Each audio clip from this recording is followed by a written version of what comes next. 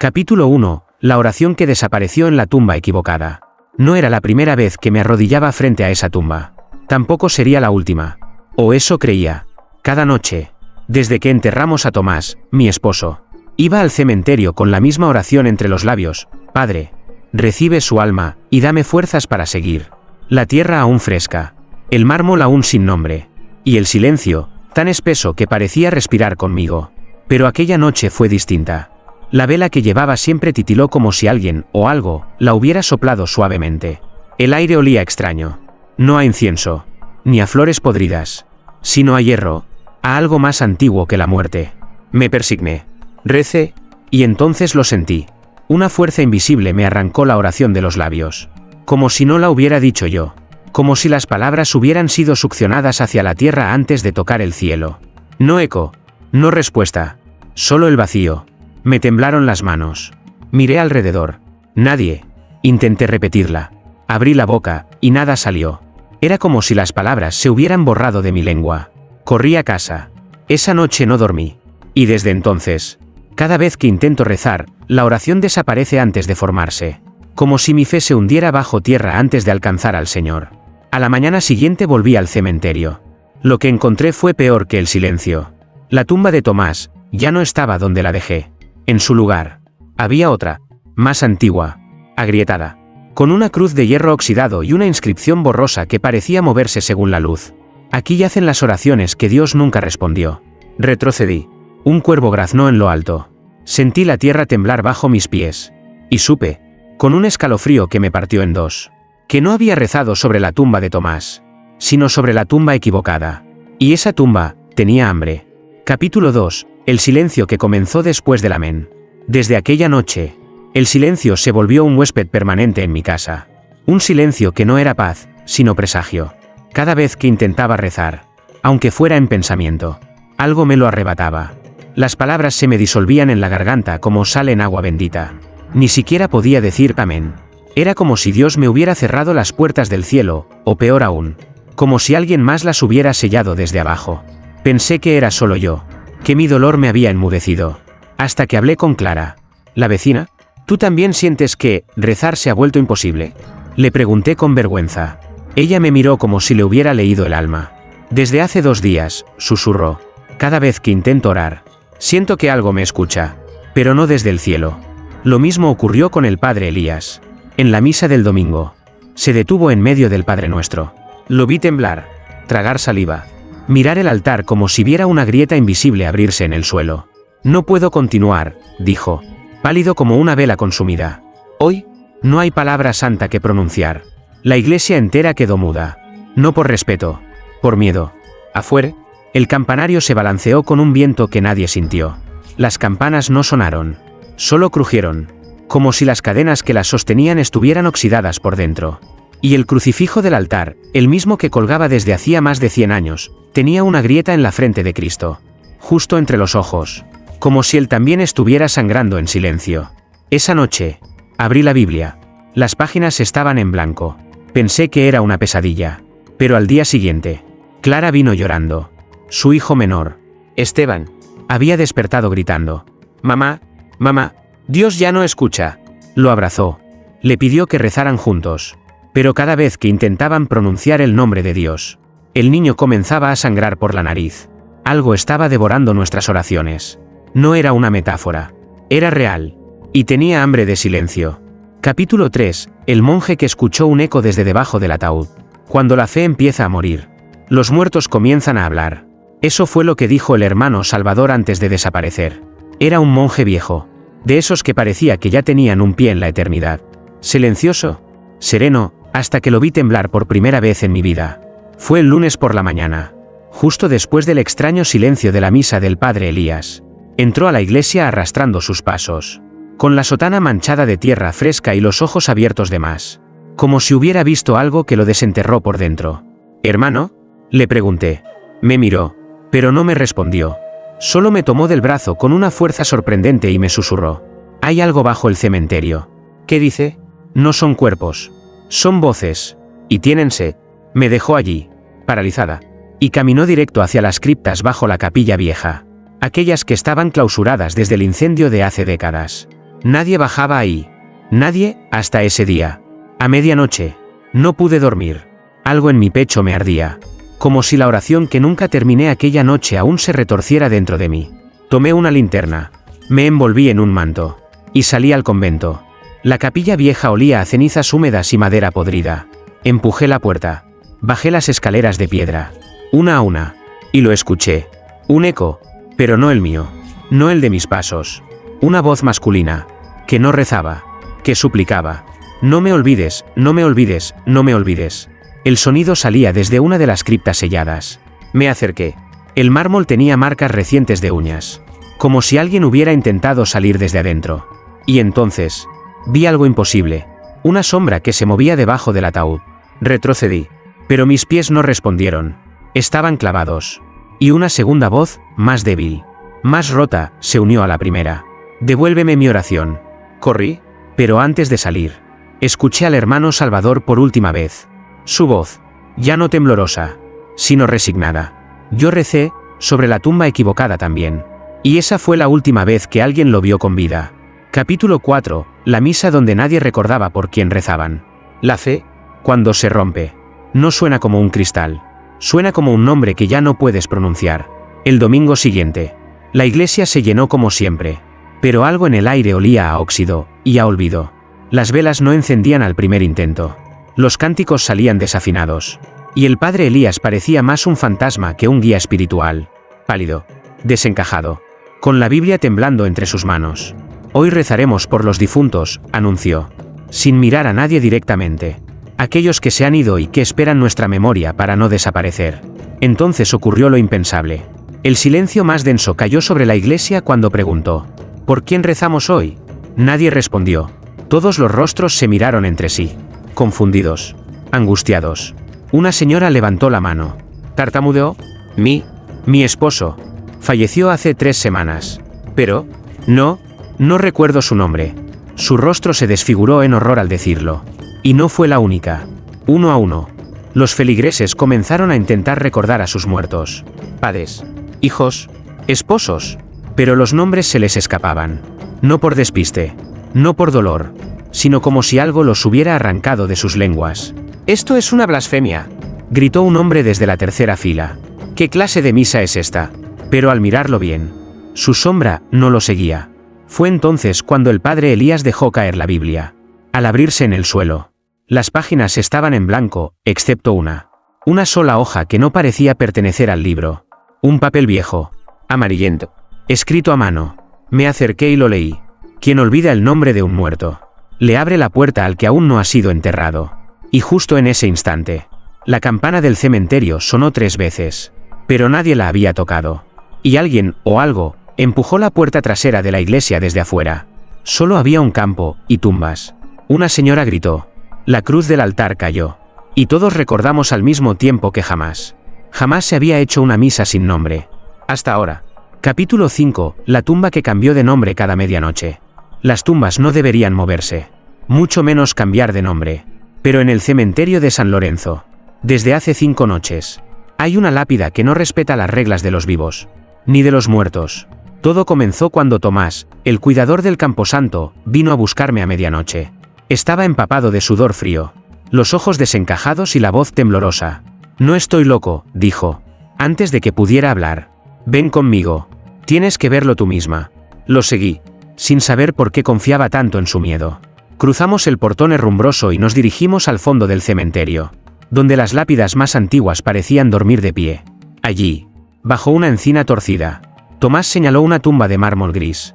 En ella, un nombre grabado con elegancia. Lucía Ramírez. 1897-1932. Ruega por nosotros. Observa bien, susurró. Esperamos. El reloj del pueblo dio las 12 campanadas. Y entonces, delante de mis ojos, las letras comenzaron a desvanecerse. No como si se borraran, sino como si alguien, desde adentro, las estuviera chupando hacia la piedra. Segundos después, emergieron nuevas palabras, grabadas como por un cincel invisible. Padre Gregorio Muñoz. 1941-1986. El pecado no se entierra. Retrocedí. Mi respiración se volvió cortante. ¿Cuántas veces ha pasado esto?, pregunté. Tomás tragó saliva. 5 noches seguidas. 5 nombres distintos. Ninguno de ellos debería estar enterrado aquí. Y sin embargo, sus nombres aparecen. Entonces, recordé a Clara. Su esposo desaparecido hace años. Su nombre, el primero que la gente olvidó en la misa. ¿Y si esta tumba no guarda cuerpos, sino las oraciones que se pierden? ¿Cómo dices? Me acerqué. Coloqué mi mano sobre la piedra. Estaba caliente, como si alguien respirara bajo ella. Y por primera vez, escuché una voz susurrar desde la tierra. Dime mi nombre, y te diré el tuyo. Retrocedí de golpe. No era una tumba. Era un espejo sin reflejo. Y cada noche, alguien distinto caía en su interior. Capítulo 6. La niña que rezó. Y despertó muda. La fe de los niños siempre ha sido la más pura. Por eso mismo, también la más peligrosa para aquello que habita bajo la tierra. Isabelita tenía apenas 9 años. Era la hija menor de Clara. Una niña de ojos grandes, voz suave y una costumbre peculiar. Cada noche, antes de dormir, se arrodillaba frente a la ventana abierta y susurraba una pequeña oración mirando hacia el cementerio, como si esperara que alguien más la escuchara desde allá. Dice que así su papá la oye, me explicó Clara. Entre lágrimas, cree que su alma no puede descansar si nadie le habla. Hasta que una mañana, Isabelita no habló más. Clara la encontró sentada en la cama, despierta, con la boca entreabierta y los ojos llenos de terror. No emitía sonido alguno. Solo apretaba un crucifijo entre las manos con tanta fuerza que se le habían marcado las líneas del Cristo en la piel. «Isabelita», gritó Clara. «¿Qué pasó?» «Al, mi amor». La niña movió los labios. Pero no hubo voz, ni susurro, ni llanto. Solo el roce seco de una garganta vacía. La llevamos al hospital. Nada físico, nada médico. El doctor solo dijo una frase que se me quedó grabada. Es como si alguien le hubiera robado el lenguaje mientras dormía. Esa noche, encontré su cuaderno escondido bajo la almohada. Solo había una hoja escrita. Temblorosa, infantil y aterradora. Anoche, recé como siempre. Pero esta vez, alguien respondió. No era mi papá. Era algo que no tiene cara. Me pidió que le entregara mi voz. A cambio, me dejaría ver su verdadero nombre. Abajo, un dibujo, una cruz invertida, con raíces como tentáculos que se hundían en una tumba sin nombre. Esa misma madrugada, algo golpeó la ventana de su habitación. Salí con una linterna. El viento estaba muerto. El silencio, espeso. Y en la tierra, justo frente al marco de la ventana, había marcas pequeñas, huellas de pies descalzos. De niña, pero no entraban. Salían, y en la pared exterior, escrito con ceniza. Ella rezó. Ella abrió la puerta. Ella ya no es de ustedes. Capítulo 7. El sacerdote que enterró su fe sin saberlo. Siempre creí que el padre Elías era inquebrantable. La clase de hombre que no duda, que no tiembla, que jamás se aparta del evangelio. Hasta que lo vi arrodillado, frente al altar, con los ojos vacíos y los labios sellados. Desde la noche en que las oraciones comenzaron a desvanecerse, su misa fue volviéndose más corta, más silenciosa, más ritual que fe. Ya no predicaba, recitaba, ya no bendecía, susurraba, y ya no creía, solo fingía. Un día, lo encontré cavando en el huerto tras la iglesia, a solas, con las manos sucias, sin sotana, y la mirada clavada en la tierra. ¿Qué haces, padre? Busco algo, respondió sin mirarme. Algo que perdí. Me arrodillé a su lado. ¿Qué fue lo que perdió? La certeza de que Dios aún me escucha. Me estremecí. He orado todas las noches desde que comenzaron los susurros. Me he flagelado. He ayunado. He llorado. Pero ya no siento nada. ¿Nada? El cielo no responde. ¿Y la Biblia? ¿No encuentra consuelo en ella? El padre Elías se giró lentamente. Sus ojos brillaban de fiebre. Pero no de fe. Abrí la Biblia esta mañana. Había tierra entre las páginas. Tierra húmeda, con gusanos. Y un único versículo, subrayado con sangre. Y se volverán polvo tus palabras. Si la tumba es quien te escucha primero. Esa noche, lo vi entrar solo al cementerio, con una pala y un rosario envuelto en trapos. Lo seguí, oculta en la sombra. El padre caminó hasta una tumba sin nombre, la misma que cada noche cambiaba de inscripción, y comenzó a cavar como un loco. La tierra no cedía. Sudaba, maldecía, lloraba. Y entonces gritó: «Dime qué quieres. Devuélveme mi fe». Silencio. Luego, un crujido. La tierra se abrió. No mucho. Apenas una grieta. Y de ahí brotó un aliento. Tibio. Y lleno de blasfemias. El padre retrocedió. Cayó de rodillas. Su rosario ardió en sus manos. Literalmente, como si el mismísimo infierno lo rechazara.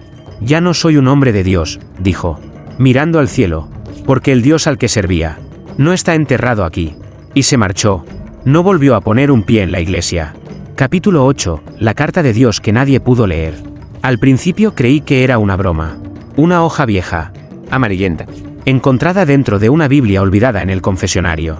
Pero cuando la tomé con mis manos, sentí un escalofrío que no era del papel, sino de lo que estaba escrito en él. No tenía remitente, ni fecha, ni firma visible, solo un encabezado, escrito en tinta roja, casi seca. Para el que aún cree que Dios escucha. Las letras parecían moverse levemente, como si respiraran. Llamé a Clara, a Tomás, y a otros 2 vecinos que también habían sufrido el extraño robo de oraciones. Nos sentamos alrededor de la mesa del convento. Encendimos velas, y comencé a leer en voz alta.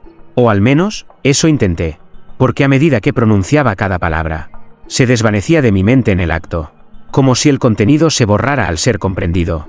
Intenté releer el primer párrafo. Nada. Mis labios se movían, pero no sabía qué decía. ¿Lo estás inventando?, preguntó Clara. No, lo estoy leyendo, pero no lo recuerdo. Tomás la tomó para intentarlo. La leyó entera. O eso creemos. Porque al terminar, simplemente se quedó en silencio. Los ojos llorosos. Las manos temblando. ¿Qué decía?, le preguntamos. Tomás nos miró, confundido. ¿Decir qué? Se había olvidado incluso de haberla leído.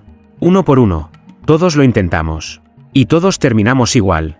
Como si la carta no solo escondiera un mensaje, sino que nos quitara algo a cambio. Fue entonces cuando noté algo extraño en el reverso. Había una pequeña inscripción, apenas visible bajo la luz de la vela. Quien logre recordar esta carta, perderá su alma al intentarlo. Quien logre olvidarla por completo, ya la entregó sin saberlo. En ese instante, la vela se apagó sola. Y en la oscuridad, escuchamos una voz, no desde el papel, sino desde debajo del suelo del convento, susurrar con una ternura espantosa. Gracias por leerme, por última vez. Capítulo 9. El ángel que lloró frente a la tumba vacía. Hay cosas que uno no debería ver jamás. Y una de ellas, es a un ángel llorando. Ocurrió a las 3:33 de la madrugada. Sí, esa hora, la que siempre se repite cuando lo prohibido se asoma. Yo no había dormido. No desde la noche de la carta. Sentía que algo me observaba cada vez que cerraba los ojos. Así que me refugié en lo único que aún me daba calma, mirar. Desde mi ventana. Las cruces del cementerio. Esa noche, una figura blanca apareció de la nada. Primero creí que era una ilusión, alta, pálida, con una túnica que no se movía con el viento. Sus pies no tocaban el suelo. ¿Y sus ojos? No eran ojos. Eran 2 luces encendidas por dentro. Se detuvo frente a una tumba. La única sin nombre, sin flores, sin huellas. Se arrodilló, lentamente, como si el peso del universo cayera sobre sus hombros. Y entonces, lloró, pero no eran lágrimas. Eran gotas de cera líquida, brillante, que caían sin cesar, formando un pequeño charco alrededor de la lápida. No podía apartar la vista. El ángel susurraba algo. No lo escuchaba, pero lo sentía dentro de mí, como si su voz usara mi fe como canal. Y lo que decía, era terrible. Aquí no hay descanso. Aquí no hay perdón. Aquí, no hay Dios. De pronto, se incorporó, se giró, y me miró directamente. Mi cuerpo se paralizó. Mis labios comenzaron a moverse sin querer, como si recitaran un salmo antiguo que no conocía. Y entonces, sin decir una palabra más, el ángel metió la mano en su propio pecho, y arrancó una pluma ardiente de su ala izquierda. La colocó sobre la tumba vacía, y al instante, la tierra se abrió sola, silenciosa, profunda, infinita. Pero no había ataúd, no había restos, solo un hueco, lleno de ecos. El ángel bajó la cabeza, dio un último suspiro, y desapareció como niebla al sol. Corrí hasta el cementerio, temblando. Y allí, sobre la tierra recién removida, brillaba la pluma, con un nombre escrito con fuego. Yo fui el primero que oró aquí, y el primero que fue devorado. Capítulo 10. La oración que liberó al muerto equivocado. Todos rezamos con la esperanza de que alguien nos escuche. Pero nadie nos enseña qué hacer, si lo que escucha no es quien esperábamos. Clara ya no era la misma desde que su hija quedó muda. Pasaba las noches en vela, con los ojos perdidos y los labios secos, como si las palabras quisieran salir pero temieran despertar algo. Hasta que una madrugada, vino a mi casa, temblando. Y me susurró: voy a rezar. Pero esta vez, quiero que alguien me escuche. Quien sea. Intenté detenerla. Le grité que no lo hiciera. Pero en su mirada había algo más fuerte que el miedo, desesperación. Fuimos juntas. Cementerio. Medianoche. Viento inmóvil. Clara se arrodilló frente a la tumba vacía, la misma donde el ángel había llorado, y comenzó a recitar una oración que no reconocí. No era del rosario, ni del misal, ni de ningún evangelio. Era algo más antiguo, más áspero, como si las palabras no se dijeran, sino se escupieran. La tierra empezó a humear, no como fuego, sino como aliento. Las raíces se retorcieron bajo nuestros pies.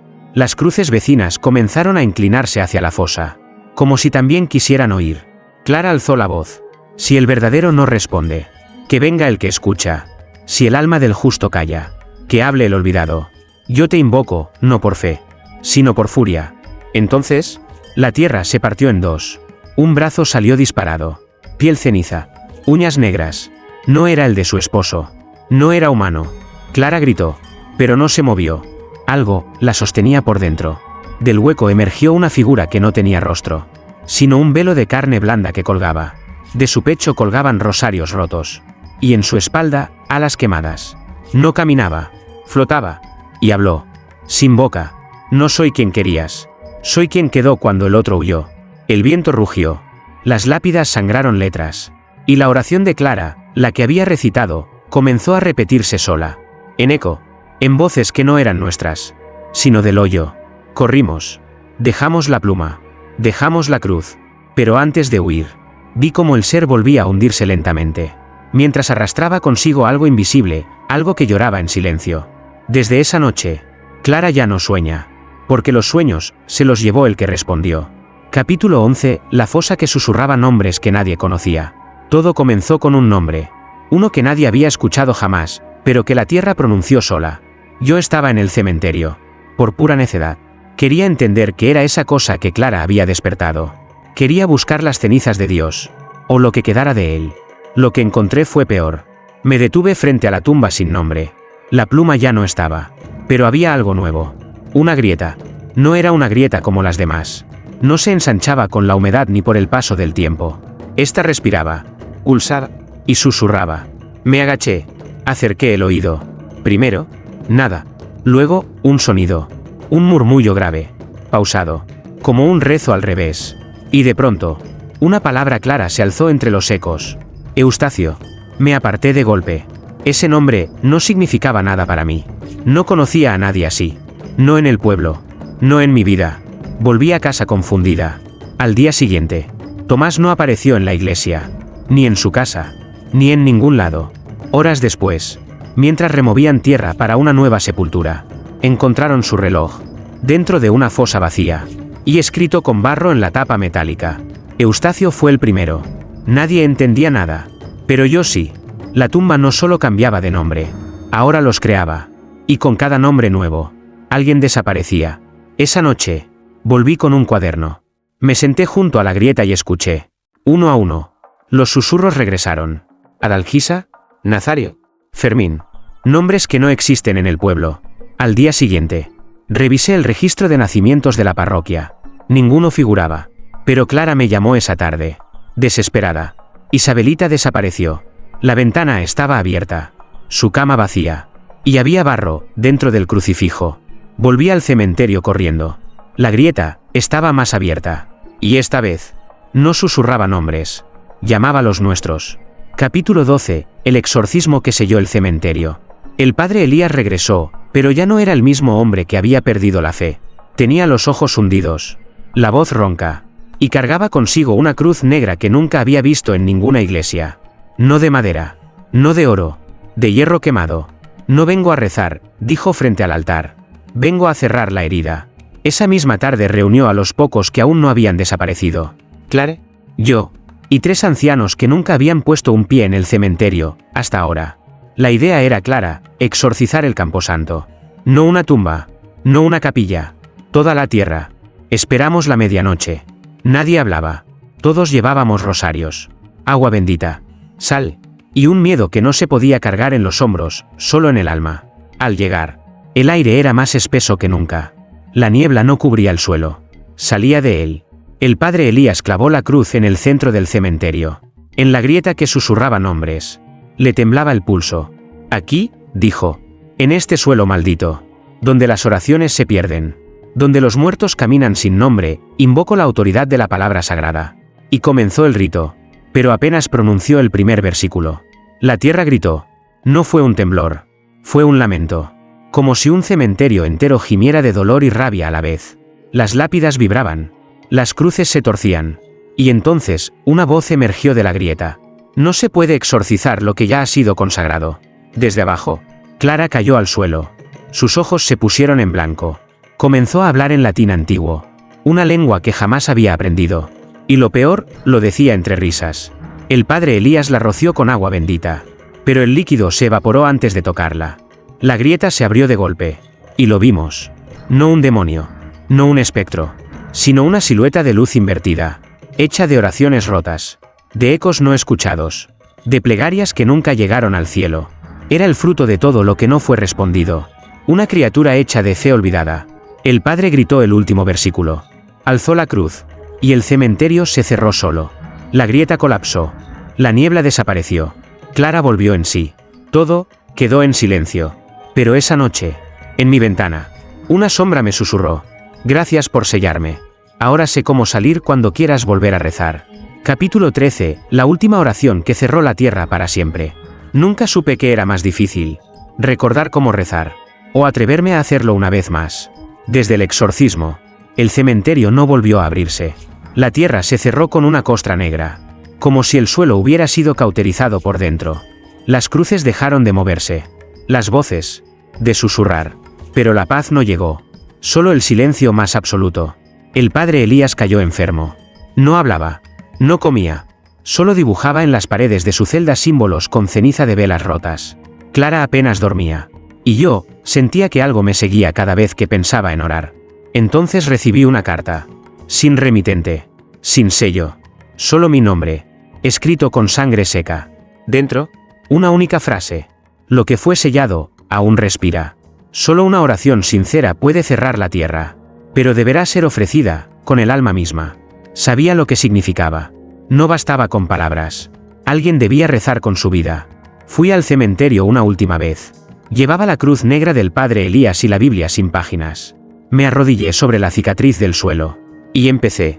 Padre, si aún existes. No por mí, sino por los que quedan.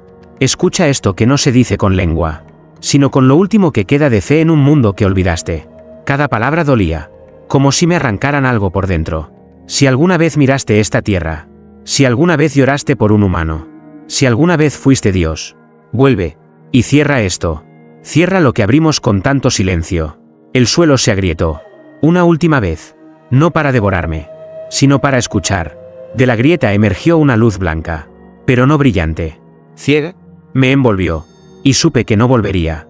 Mi cuerpo cayó, pero mi voz se quedó ahí, sellando, cantando, orando. Y con ella, el suelo se cerró, esta vez para siempre. No con piedra, no con fuego, con fe, la última que quedaba. Epílogo, la grieta que se abrió en otro lugar. Pasaron 3 semanas desde que ella desapareció. El pueblo la enterró simbólicamente con una cruz sin cuerpo y una oración sin nombre. Nadie volvió a rezar desde entonces. No por miedo, sino porque ya no sabían cómo. El cementerio quedó sellado, cubierto de sal y ceniza, como marca de algo que no debía volver a respirar. Y durante un tiempo, todo pareció en calma, hasta que una mañana, en un pueblo a cientos de kilómetros, una niña se arrodilló para rezar por primera vez.